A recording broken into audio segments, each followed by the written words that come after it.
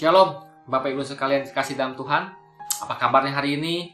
Saya percaya di saat Bapak Ibu menyaksikan tayangan Go Sharing Live hari ini yang ditayangkan setiap hari Rabu jam 10.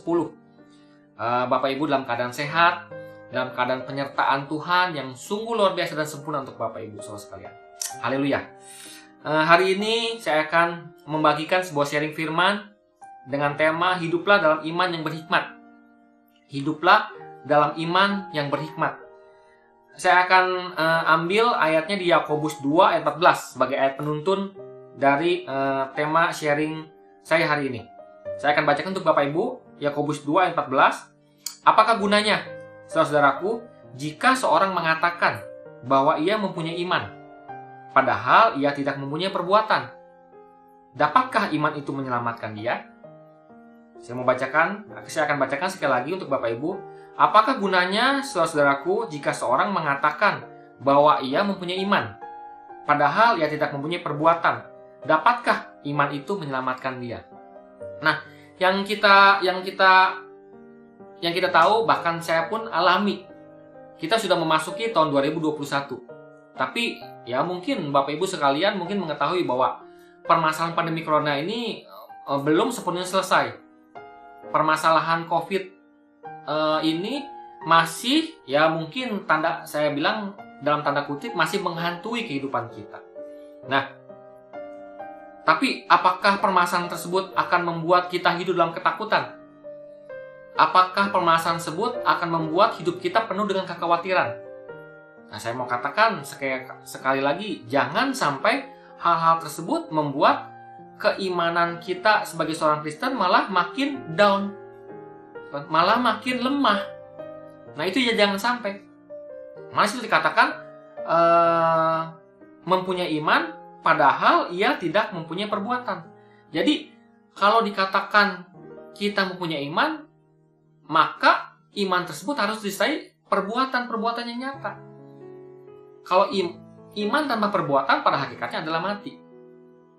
Nah, jadi dalam menghadapi permasalahan yang tadi saya bilang tanda kutip masih menghantui kita, yaitu permasalahan COVID-19 ini, apa yang harus kita lakukan? Apa yang harus kita terus perbuat untuk menghadapi tantangan-tantangan ke depan yang mungkin kita belum tahu kapan selesainya, kapan berakhirnya. Nah, di dalam sharing firman hari ini, saya ingin membagikan yang seperti dikatakan dalam Yakobus 2:14 itu, yaitu perbuatan-perbuatan. Kalau yang saya katakan, kalau kita sebagai seorang Kristen punya iman. Nah, saya ingin bagikan ada 3 poin di sini hari ini, yaitu 3 poin tersebut saya singkat dengan 3M. M yang pertama yaitu apa? Mengandalkan pertolongan Tuhan. Di dalam Yeremia 17 ayat 7 itu dikatakan, diberkatilah orang yang mengandalkan Tuhan, yang menaruh harapannya kepada Tuhan. Mau nggak mau, kehidupan kita hari-hari ini harus bergantung kepada Tuhan, harus mengandalkan Tuhan, harus menaruh harapan kepada Tuhan. Kita nggak akan pernah bisa mengandalkan diri kita sendiri, mengandalkan orang lain, atau mengandalkan siapapun di dunia ini. Yang kita bisa andalkan hari-hari ini adalah hanya kepada Tuhan. Iman kita harus semakin hari semakin kuat, bukannya semakin hari semakin menjadi lemah. Kita harus bergantung sepenuhnya hanya kepada Tuhan. Dan saya mau tegaskan untuk Bapak Ibu sekalian, beriman itu bukan berarti kita bebas dari masalah. Beriman itu bukan berarti kehidupan kita tuh nggak pernah mengalami tantangan ataupun hambatan di kehidupan kita ke depan. Enggak. Saya mau katakan beriman itu adalah di saat kita menghadapi permasalahan atau pergumulan dalam kehidupan kita, kita tahu bahwa Tuhan turut menyertai kita dalam segala hal untuk mendatangkan kebaikan dalam kehidupan kita. Nah, itu yang dikatakan beriman. Jadi, apapun pergumulan, apapun tantangan Bapak Ibu sekalian hari-hari ini, kita hanya bisa mengandalkan kehidupan kita hanya kepada Tuhan. Dengan iman yang semakin hari semakin kuat, dengan iman yang semakin hari semakin berakar kepada kebenaran firman Tuhan, maka hidup kita akan terus dalam penyertaan Tuhan yang luar biasa. Nah, M yang kedua yaitu apa? M yang kedua saya katakan meningkatkan kewaspadaan. Di dalam Matius 4 ayat 7 situ dikatakan, janganlah engkau mencobai Tuhan Allahmu. Artinya, kalau kita dikatakan orang yang beriman, tapi hidup kita masih sembrono, hidup kita masih seenaknya. Sudah dikatakan bahwa permasalahan pandemi corona ini, kita harus lebih banyak mematuhi protokol kesehatan. Tapi karena kita bilang, wah gue orang beriman, Tuhan pasti tolong gue, segala sakit penyakit Tuhan udah tebus. Oleh karena itu gue nggak mungkin lah terpapar COVID. Dia hidup seenaknya, keluar kemana-mana nggak pakai masker, tanpa mematuhi setiap protokol kesehatan. Nah ini yang dikatakan, kita jangan mencobai Tuhan kita. Dalam arti kata, kalau misalnya kita beriman, kita juga harus mempunyai hikmat, mempunyai akal budi. Jadi dengan kata lain, hikmat, iman, dan akal budi adalah sesuatu yang harus berjalan beriringan. Tuhan kasih iman yang akan menyertai kita mempunyai hikmat. Jadi dalam kehidupan ini, kita harus mempunyai hikmat. Hikmat yang sesuai dengan kebenaran firman Tuhan. Hikmat yang menuntun kita pada kebenaran-kebenaran firman Tuhan yang harus memang kita lakukan. Nah itu kalau misalnya kita dikatakan orang yang beriman disertai dengan perbuatan-perbuatan yang benar. Jadi di saat kita menghadapi pergumulan, di saat kita menghadapi persoalan hidup, tantangan-tantangan ke depan yang masih berkaitan dengan pandemi COVID ini, ya kita harus mempunyai akal budi atau hikmat yang berasal daripada Tuhan sendiri. Kita harus gunakan itu. Nah, M yang ketiga yaitu apa? Menjaga kesehatan. Hari-hari ini kesehatan adalah suatu hal yang berharga buat kehidupan kita. Kita harus benar-benar menjaga kesehatan kondisi tubuh jasmani kita.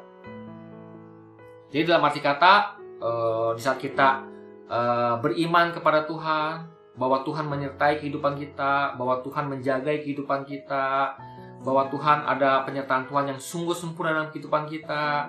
Selanjutnya kita memiliki hikmat untuk menjalani proses kehidupan kita. Dan salah satu tanggung jawab kedewasaan iman kita yaitu ya bertanggung jawab dengan diri kita sendiri. Yang paling pertama ya bertanggung jawab dengan diri kita sendiri, yaitu apa? Ya menjaga kesehatan. Kemana-mana kita harus mematuhi protokol kesehatan. Kalaupun kita memang nggak ada keperluan hal-hal yang penting, ya kita lebih menghindari keluar rumah. Mungkin kalau hari-hari juga seperti ibadah masih berlangsung secara online, pertemuan-pertemuan dalam komunitas masih berlangsung secara online. Ya udah, cukup itu aja, patuhi dulu sampai kondisi-kondisi kedepannya semakin hari semakin membaik.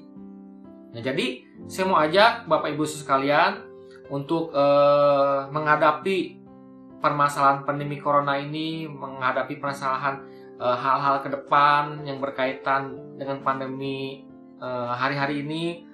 Janganlah kita hidup dalam ketakutan. Janganlah kita hidup dalam kekhawatiran. Jangan sampai hal-hal tersebut menutupi sukacita kita, mengalahkan damai sejahtera kita. Kita punya Allah yang lebih besar dari setiap permasalahan-permasalahan kita hadapi. Bahkan kita punya Tuhan yang mampu menyelesaikan setiap permasalahan pandemi corona ini. Tapi baik lagi, bagaimana respon Bapak Ibu? Jadi saya mau ingatkan, saya mau kuatkan untuk Bapak Ibu sekalian yang mungkin menyaksikan tangan Go Sharing Live ini. Mungkin ada beberapa Bapak Ibu yang saat ini menyaksikan, ada yang sedang terpapar COVID, atau mungkin sudah sembuh dari permasalahan COVID ini. Tetap semangat, tetap bersyukur kepada Tuhan. Karena yang saya katakan, apapun permasalahan Bapak Ibu sekalian, saya tahu, Bapak Ibu mesti percaya bahwa Tuhan turut bekerja dalam segala hal apapun untuk mendatangkan kebaikan.